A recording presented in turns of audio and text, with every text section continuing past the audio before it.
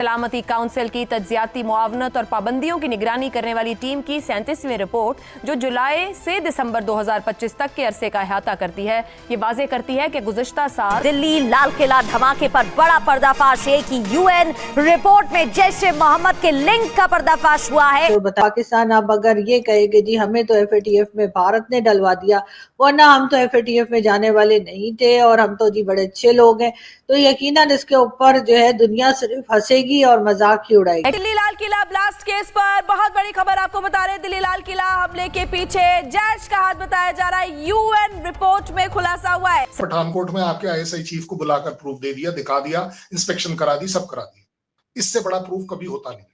और उस दिन हमने अपने आप को एक चपेट लगाई इधर वाले गाल पे कि इंडिया ये गलतियां मत करो। पाया यही जा रहा है कि पाकिस्तान अभी तक इस तरह के जो जिहादी माइंडसेट के लोग हैं उनको ना सिर्फ ये कि प्रोमोट कर रहा है बल्कि सपोर्ट भी कर रहा है। अक़वाम मुत्तहिदा की ताज़ा रिपोर्ट ने एक बार फिर इस तल्ख हकीकत पर मोहर तस्दीक सब्त कर दी है। भारतीय वज़ीर आज़म नरेंद्र मोदी ने गुज़श्ता हफ्ते पॉडकास्ट इंटरव्यू में पाकिस्तान को दहशतगर्दी का जिम्मेदार करार दिया। फंडिंग भी होती है और फंडिंग भी ऐसी वैसी नहीं होती कि आप समझे कि सिर्फ गवर्नमेंट की तरफ से हो रही है या आम लोग जो है थोड़ी बहुत फंडिंग कर रहे हैं, ऐसा नहीं है। लोग जो है बड़े बड़े जो बिजनेस कम्युनिटी के लोग हैं, महफूज पनाहगाहें मुयस्सर हैं, बल्कि नकलो हरकत के इजाजतनामे, असलहा रखने की सहूलत और लॉजिस्टिक मुआवनत तक हासिल है। आईएसआई चीफ को बुलाकर प्रूफ दे दिया, दिखा दिया, इंस्पेक्शन करा दी, सब करा दिया। इससे बड़ा प्रूफ कभी होता नहीं। और उस दिन हमने अपने आप को एक चपेट लगाई इधर वाले गाल पे कि इंडिया ये गलतियां मत करो।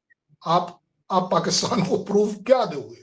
जो खुद बेचारा कर रहा है वो क्या, उसको प्रूफ क्या? क्योंकि हम देखो, कहीं ना कहीं आपको अब ये तो वही वाली बात हो गई ना कि मैंने आपको बोला टेररिज्म की स्पेलिंग पॉलिटिकली, चाहे वो आप हो चाहे दुनिया का कोई हो, पॉलिटिकली उसकी स्पेलिंग चेंज हो जाती है।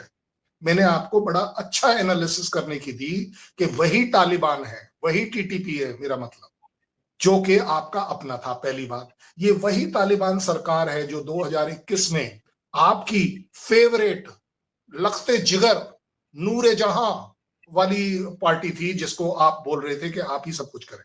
और अब आपका डेफिनेशन चेंज हो गई है कि नहीं जी, अब तो तालिबान भी टेररिस्ट है, टीटीपी भी टेररिस्ट है।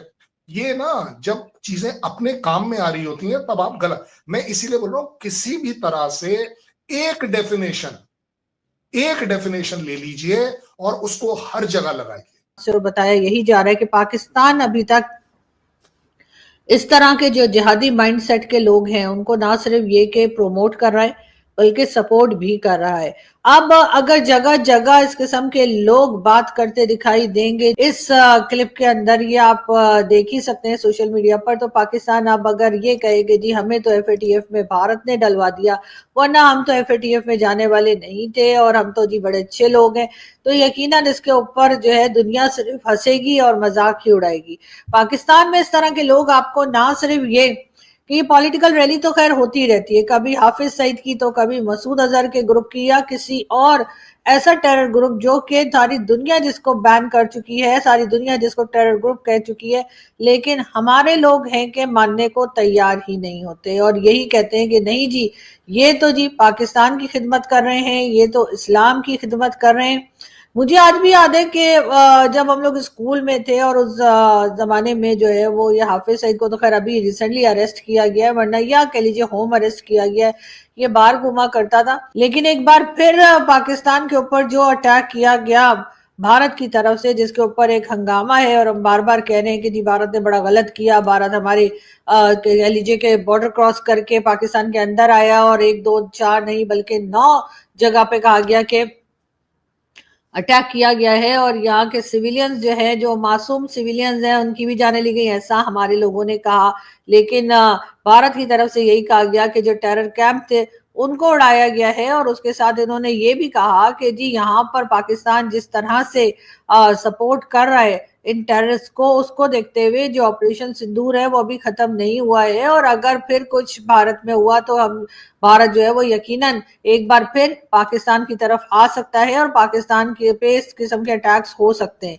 लेकिन क्या पाकिस्तान इस बात से कुछ सीख रहा है? ये अलग बात है कि पाकिस्तान की तरफ से यही कहा जा रहा है कि जी हमारी तरफ से ना कोई गया, ना कोई आया, ना हमने कुछ किया, हम तो जी बड़े मासूम लोग हैं और हम तो इस बारे में ऐसा कुछ सोच भी नहीं सकते। इस किस्म की बातें जो हर बार एक ही स्टेटमेंट हमारे प्राइम मिनिस्टर हाउस की तरफ से इशू कर दी जाती है और कहा जाता है कि जी ऐसा कुछ नहीं है और हम तो बड़े अमन से रहना चाहते हैं। इस वक्त भी प्राइम मिनिस्टर शहबाज शरीफ साहब जो हैं वो कई कंट्रीज के विजिट पर हैं और हर जगह जाकर वो यही बता रहे हैं कि जी भारत ने हमारे ऊपर अटैक कर दिया जबकि हमने तो कुछ किया नहीं और हम बड़े ही मासूम लोग हैं।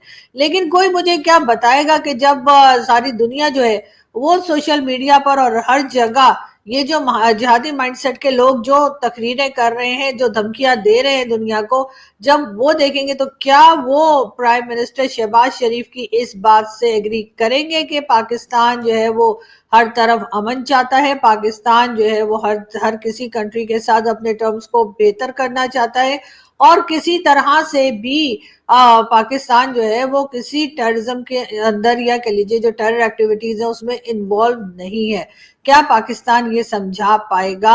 अगर पाकिस्तान वाकई में समझता है कि तमाम चीजें देखने के बाद इस तरह के लोगों की जो स्पीच चल रही है इनकी सोशल मीडिया के ऊपर और धड़ाधड़ शेयर की जा रही है, अगर ये सब कुछ देखने के बाद दुनिया ये समझे कि पाकिस्तान ऐसे लोगों को, ऐसे जिहादी माइंडसेट के लोगों को सपोर्ट नहीं कर रहा, तो यकीनन ये उनकी सबसे बड़ी गलती और सबसे बड़ी बेवकूफ़ी होगी। इसलिए कि बिल्कुल पाकिस्तान इस तरह के लोगों को ना सिर्फ ये कि सपोर्ट कर रहा है, फंडिंग भी होती है और फंडिंग भी ऐसी वैसी नहीं होती कि आप समझें कि सिर्फ गवर्नमेंट की तरफ से हो रही है या आम लोग जो है वो थोड़ी बहुत फंडिंग कर रहे हैं, ऐसा नहीं है। लोग जो है बड़े बड़े जो बिजनेस कम्युनिटी के लोग हैं वो तक इस तरह के लोगों को और इस तरह के जिहादी माइंडसेट के जो ग्रुप्स हैं, चाहे वो टीएलपी हो, चाहे वो तहरीके लब्बैक की जैसे मैं बात कर रही हूँ या और कई जैश ए मोहम्मद और कई दूसरे लंबे चौड़े इनके नाम है। नमस्कार दोस्तों, स्वागत है आपका हमारे चैनल पर।